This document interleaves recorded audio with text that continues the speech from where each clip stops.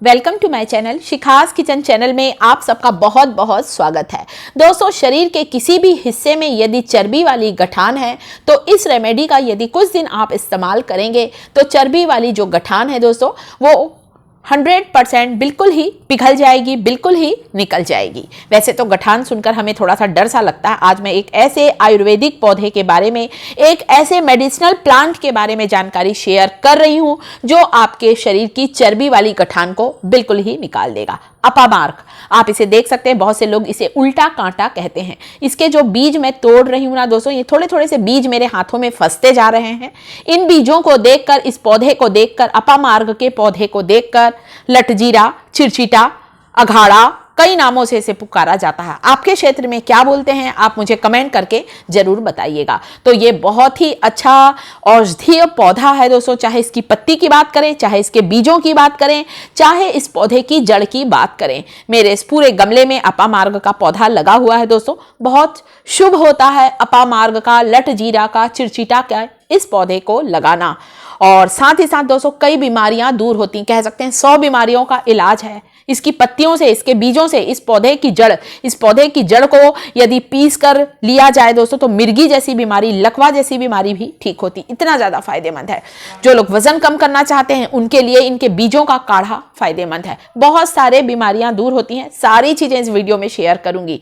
तो शरीर में गठान के लिए अपामार्क का, लटजीरा का कैसे इस्तेमाल करना है चलिए बताती हूँ। तो इसके बीजों को भी अलग कर लिया है, इसकी कुछ पत्तियों को भी मैंने तोड़ लिया है। अभी कुछ कुछ पौधे जो बीज आप गिर गए थे गमले के आसपास मिट्टी में, वे उगना स्टार्ट हुए हैं।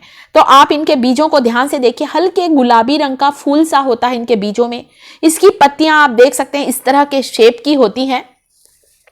इसकी पत्तियों को पीसकर उसका लेप यदि आप गठान पर लगाएंगे ना तो बिल्कुल ठीक हो जाती है। इसके अलावा इसकी पत्तियों को पीसकर आप किसी भी चर्म रोग में लगाएं, दांत, खाज, खुजली, एक्जिमा, इस तरह के किसी चर्म रोग पर लगाने से बिल्कुल ही ठीक हो जाता है। मॉडर्न साइंस भी अपामार्ग के इस औषधीय गुण को मानती है दोस्तों। इसमें एंटीबैक्टीरियल, एंटी फंगल प्रॉपर्टी होती है। साथ ही साथ इसकी पत्तियों को पानी में उबाल कर लेने से सर्दी जुकाम भी दूर होता है। इसकी पत्तियों का आप रस भी ले सकते हैं। और बच्चों को यदि पेट में कीड़ा है तो थोड़ा सा आधा चम्मच रस दे दें, पेट का कीड़ा बिल्कुल ही खत्म हो जाता है। ये बहुत ही अच्छा ये पौधा है दोस्तों, बहुत शुभ होता है इसे लगाना। और साथ ही साथ औषधि पौधा है ये।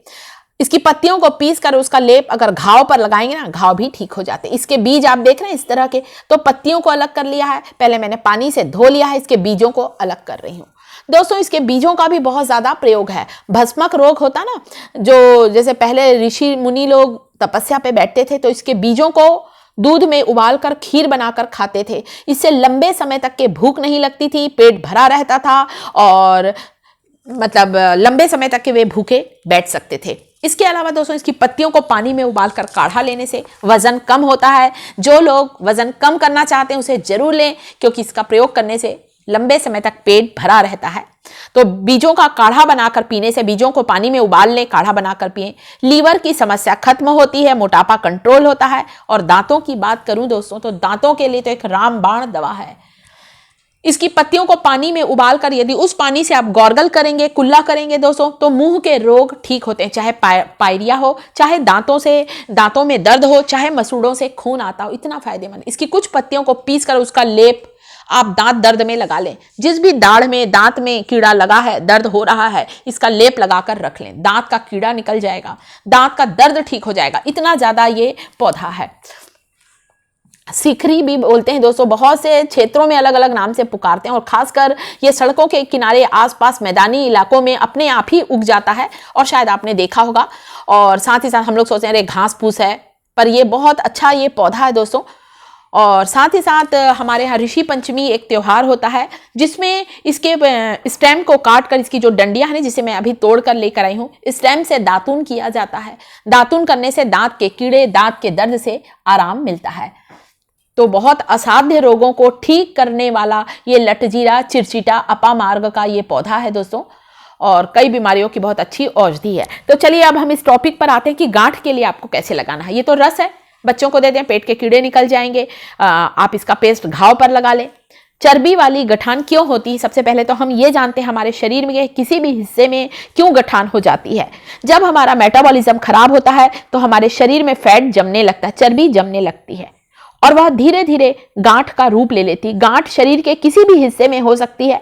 वैसे तो हमें गांठ देखकर सतर्क रहना चाहिए, बहुत जरूरी है ध्यान देना, डॉक्टर के पास जाना चाहिए, सलाह लेना चाहिए। परंतु कई बार जो चर्बी की गठान होती है ना दोस्तों, छोटे मोटे इलाज से ठीक हो जाती है। आप कोशिश करेंगे ना, इसकी पत्तियों का लेप लगाना है, परंतु लगाने से पहले इसमें हल्दी डालें आधी चम्मच और फिर इसका लेप लगा लें। आप इस प्रोसेस को कम से कम सप्ताह भर करें। ऐसा नहीं कि आपने एक बार करा और बिल्कुल ठीक हो गया, हो सकता है 4-5 दिन लगे, हो सकता है आपके शरीर की गठान बहुत पुरानी हो, क्रॉनिक हो, तो थोड़ा सा टाइम लग सकता है। चिंता ना करें, इस तरह से लेप लगाएं। चाहे तो इसके ऊपर कोई पुराना कपड़ा या कुछ पट्टी बांध ले ताकि ये पेस्ट चिपका रहे। दिन में 2 बार भी आप लगा सकते हैं, कोई डर नहीं है दोस्तों। घाव में लगाएं, घाव भी भर जाता है। तो चर्बी वाली गठान बहुत तेजी से पिघल जाती है और साथ ही साथ दोस्तों इसको गठान को हम लोग लिपोमा गार्ड भी कहा जाता है। आपको हफ्ता भर के अंदर फर्क दिखने लगेगा कि अरे जो गठान है वह दबने लगी है, कम होने लगी है। और गठान जो है शरीर के किसी भी हिस्से में है, आप कहीं भी इसे लगा सकते हैं, कोई डर वाली चीज़ नहीं है। हल्दी जरूर मिलाएं दोस्तों, हल्दी भी पेन किलर होती है। गठान से कई बार दर्द भी होता है, वो भी कम होगा और गठान को पिचका देती है, पिचक जाती है, छोटी हो जाती है, श्रिंक हो जाती है गठान। तो और इसके साथ ही इसकी पत्तियों को यदि पानी में उबालकर आप लेते हैं दोस्तों, तो कितनी सारी बीमारियां दूर होती हैं। मैंने आपको बताया लीवर जैसी बीमारी दूर होती है। दांत में दर्द है, गले में खराश है, गला बैठा हुआ, इसके पानी से गौरगल कर लें। तो इसके पत्तियों को अच्छा 5-7 मिनट उबाला, आप देख सकते हैं पानी कम हो चुका है। पत्ती और मैंने कुछ बीजे भी इसके डाल दिए थे और इसे आप पी भी सकते हैं दोस्तों। तो आपको वजन कम करने में आसानी होगी। इसका पानी भी पी सकते हैं, रस भी ले सकते हैं। और दांतों में यदि कैविटी हो गई है, खून निकल रहा है बार बार, तो भी आप इससे कुल्ला करेंगे या पत्तियों को चबाकर मुंह में रखेंगे तो भी आपको दांत दर्द से बहुत जल्दी आराम मिलेगा। मिर्गी जैसी बीमारी में मैंने बताया आपको इस पौधे की जड़ को पीस कर अगर आप लेते हैं ना, आप मिर्गी की बीमारी भी ठीक होती है अपामार्ग की जड़ लेने से। तो ये बहुत ही बढ़िया मेडिसिनल प्लांट है और दांतों के कीड़े के लिए तो बहुत ही फायदेमंद है। ये जो पानी तैयार हुआ है दोस्तों, ये बहुत ही चमत्कारिक है और बहुत से गांव में तो आज भी इसकी दातून की जाती है दोस्तों। इसकी डंडियों से दातून करते हैं। गांव में लोग जब पौधा सूख जाता है ना, तो डंडियों को सुखा कर रख लेते हैं, रात को पानी में भिगा देते हैं, सुबह पानी में फूलने से वो जो सूखी डंडियां होती है, स्टेम होता है, वो सॉफ्ट हो जाते हैं। जैसे हम लोग नीम की लकड़ी की दातून करते हैं, वैसे ही अपामार्ग की स्टेम से दातून किया जाता है। दांत में कीड़ा नहीं लगेगा, दांत के दर्द से आपको तुरंत ही छुटकारा मिलेगा। इतना बढ़िया ये मेडिसिनल प्लांट है। इसके अलावा इसकी पत्तियों का रस, यदि कोई जहरीला कीड़ा हमें काट लेता है, तो जैसे कि मधुमक्खी या कोई भी जहरीला कीड़ा, आप इसका पेस्ट लगा लें, पत्तियों का रस लगा लें, बिल्कुल ठीक हो जाएगा। मुंह में अगर दुर्गंध आती है दोस्तों, तो भी ये बहुत ही फायदेमंद है। आप इस पानी से कुल्ला कर लें, मुंह की दुर्गंध दूर होती है। और साथ ही साथ इस पेस्ट को लगा लें गठान के लिए, दांत खाज खुजली के लिए, तो बहुत से चर्म रोग भी दूर होते हैं। तो गांव में तो लोग इसी से ही उपचार करते हैं। दोस्तों वीडियो कैसा लग रहा है इसके बारे में आप जरूर कमेंट करेंगे और वीडियो अच्छा लगे तो वीडियो को लाइक करें।